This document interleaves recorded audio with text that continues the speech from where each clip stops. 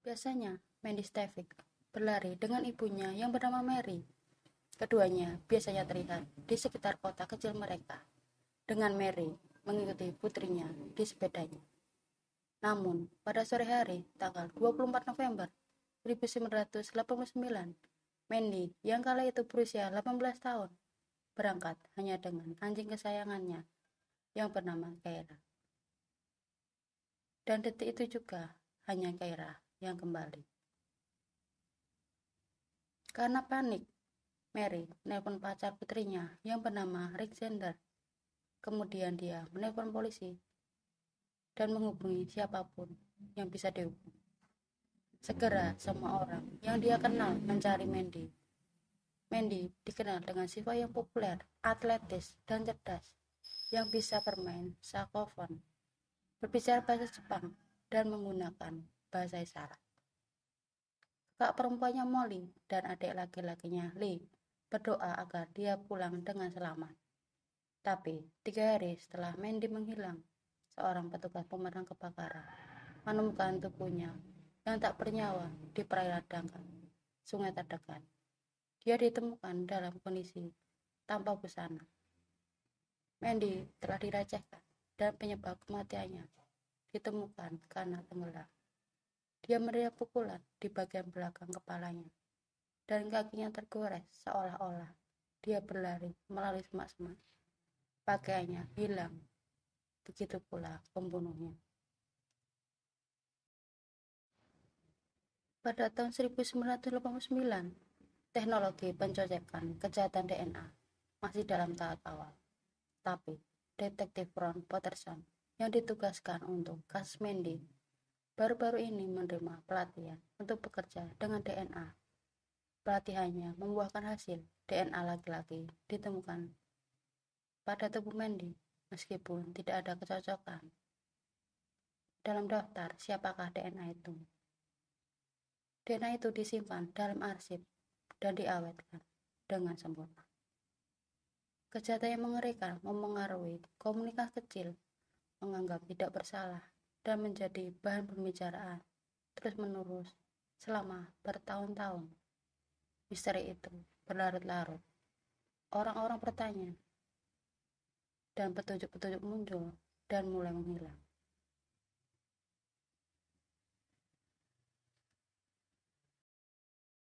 Pada tahun 2009, detektif Kevin Bauhay menyerahkan kasus dingin berusia 20 tahun itu. Dia datang dengan ide untuk melakukan pemeriksaan DNA sistematis dari sebanyak mungkin pria yang dia temukan yang tinggal di daerah tersebut pada tahun 1989. 4 tahun kemudian, dia masih menempuh jalan yang sama ketika nama Timothy Bass disebut-sebut. Dia berusia 22 tahun saat itu dan tinggal beberapa rumah dari keluarga Stevik. Adik laki-lakinya Tombat berteman dengan Mandy. Setelah pindah, tak lama kemudian setelah pembunuhan itu, Timothy belum pernah dihubungi polisi sebelumnya. Dia sekarang menikah dengan 3 anak dan bekerja sebagai sopir pengiriman untuk sebuah toko roti. Pertemuan awal dengan segera mengibarkan bendera merah untuk polisi. Dia mengaku tidak mengenal atau bahkan mengingat Mandy Stevik.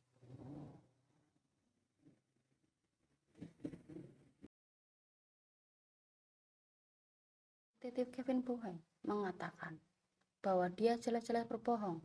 Semua orang tahu apa itu kasus Mandy Stevik dan dia berlari melewati rumahnya setiap hari. Bagaimana dia tidak mengetahuinya? Timothy juga mengatakan dia tidak akan memberikan DNA-nya kepada polisi karena dia tidak mempercayai mereka. Tiba-tiba dia menjadi tersangka nomor 1. Masalahnya adalah pembuktiannya dan tanpa DNA, polisi menghadapi pekerjaan yang sulit. Jadi mereka mendekati rekan kerjanya di toko roti bernama Kim Weiner. Awalnya dia menyuruh mereka pergi, tapi kemudian setelah menyadari beratnya potensi kejahatannya, dia menjadi detektif sendiri. Polisi membutuhkan surat perintah penggeledahan untuk mengumumkan DNA Timothy, dan tidak ada cukup bukti untuk memberikannya. Namun mereka dapat menerima bukti apapun yang dibawa. dan Kim sangat ingin menemukannya. Dia memperhatikan Timothy dengan cermat. Dia akan mengenakan sarung tangan saat keliling. Dengan curiga membawa pulang sampahnya. Namun suatu hari, Kim melihatnya meminum kop dari gelas plastik, lalu membuangnya ke tempat sampah. Jantungnya berdebar kencang. Dia mengambilnya dan meletakkannya di laci mejanya.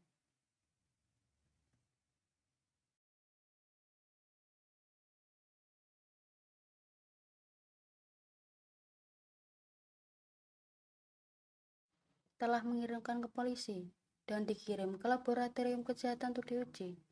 Hebatnya, hasil menunjukkan bahwa DNA Timothy cocok 1:11 kuadriliun dengan DNA yang ditemukan dari TKP. Pada Desember 2017, 28 tahun setelah pembunuhan brutal, Timothy Bass ditangkap. Bu Mandy yang bernama Mary mengetahui penangkapan itu pada hari ulang tahunnya yang ke-81. Bagi Bass, ini tidak pernah dimaksudkan untuk terjadi. Mantan istrinya, Gin Mellon, yang memiliki perintah perlindungan kekerasan dalam rumah tangga terhadapnya, menceritakan bagaimana Bass menonton kasus kejahatan dingin di TV. "Aku tidak akan tertangkap karena aku tidak sebodoh itu," dia membuat. Tapi bahkan rencananya untuk menjelaskan DNA dengan mengatakan dia melakukan hubungan rahasia dengan Mandy gagal meyakinkan siapapun. Tidak mungkin saudara perempuan saya memiliki hubungan fisik dengan Tim Bass, kata salah satu teman Mandy. Dia jauh dari kemampuannya. Selain itu, Timothy Bass tidak memiliki bukti hubungan dan tidak ada saksi yang pernah melihat mereka bersama. Di pengadilan, Timothy Flores Bass, yang berusia 50 tahun, mengaku tidak bersalah pada Mei 2019 saat persidangannya dimulai. Telah mendengar bukti selama 3 minggu, juri berunding lebih dari sehari sebelum menghubungnya atas pembunuhan, pemerkosaan, dan penculikan. Timothy Bass dipenjara selama 27 tahun. Dia menyatakan tidak menerima atau menyesal atas perbuatannya. Bagi keluarga penantian 30 tahun mereka adalah keadilan. Adik Mandy, Molly, mengatakan persidangan itu seperti mengalami kematian 2 kali, dan itu pahit.